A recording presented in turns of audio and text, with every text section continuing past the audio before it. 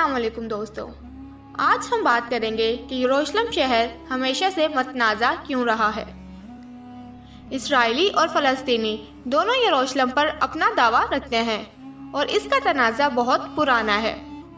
यरूशलेम इसराइल और अरब ममालिक के दरमियान कशीदगी की बड़ी वजह भी है। यह शहर मुसलमानों, यहूदियों और मसीहों तीनों के नज़दीक अहमियत का हामिल है।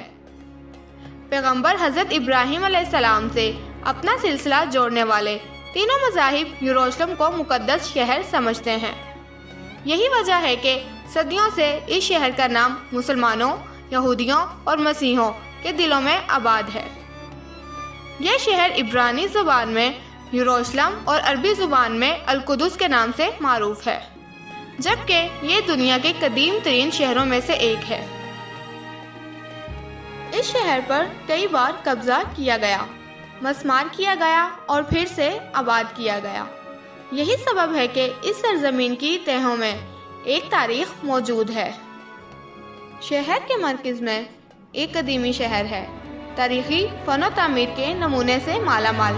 भूल भुलैया जैसी तंग गलियों के दरमियान ये चार हिस्सों में मसीही, इस्लामी, यहूदी और आर्मीनियाई में मुनकसिम है। इसके चारों जानिब दीवार है, जिसके अंदर दुनिया के मुकद्दस मकामात हैं और हर हिस्से की अपनी मखसूस आबादी है।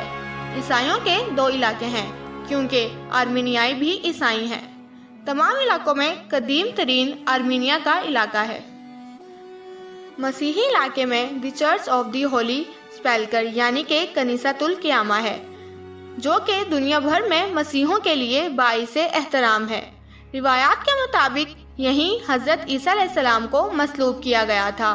बाज़ रिवायात के मुताबिक इनका मकबरा यहीं है और बाज़ के मुताबिक यहीं से इनको आसमान पर उठाया गया था। मुसलमानों का इलाका चारों इलाकों में सबसे बड़ा है और यहीं डोम ऑफ द रॉक यानी काबतुस सुगरा और मस्जिदुल अक्सा वाक़या है। ये एक सतह मर्तफा पर वाक़या है, जिसे मुसलमान हरम शरीफ या बैतुल मुक़द्दस कहते हैं।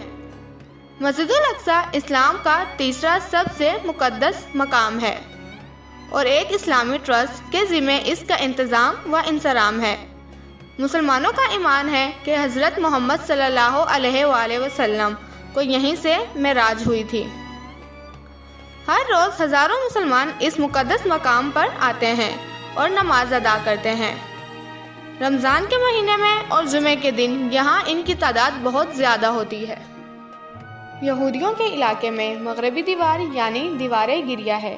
ये दीवार दूसरी दफ़ा तामीर किए गए हैकले सुलेमानी के बचे गए हिस्से की है, जो होली ऑफ दी होलीज यानी यहूदियों का मुक़द्दस तरीन मकाम था।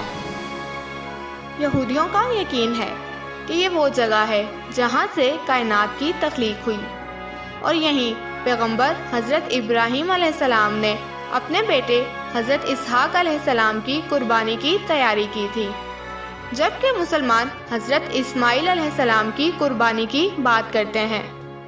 जबकि कई यहूदियों का ख्याल है कि डोम ऑफ द रॉक यानी काबतुस सुगरा ही होली ऑफ दी होलीज है, यानी हैकले सुलेमानी की जगह काबतुस सुगरा को तामीर किया गया है।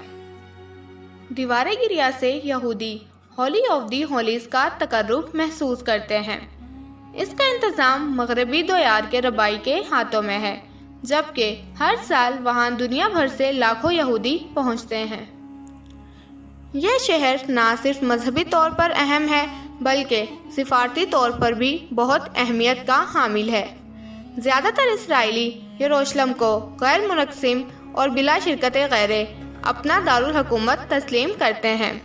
इसराइल एक मुल्क के तौर पर सन 1948 में क़याम अमल में आया।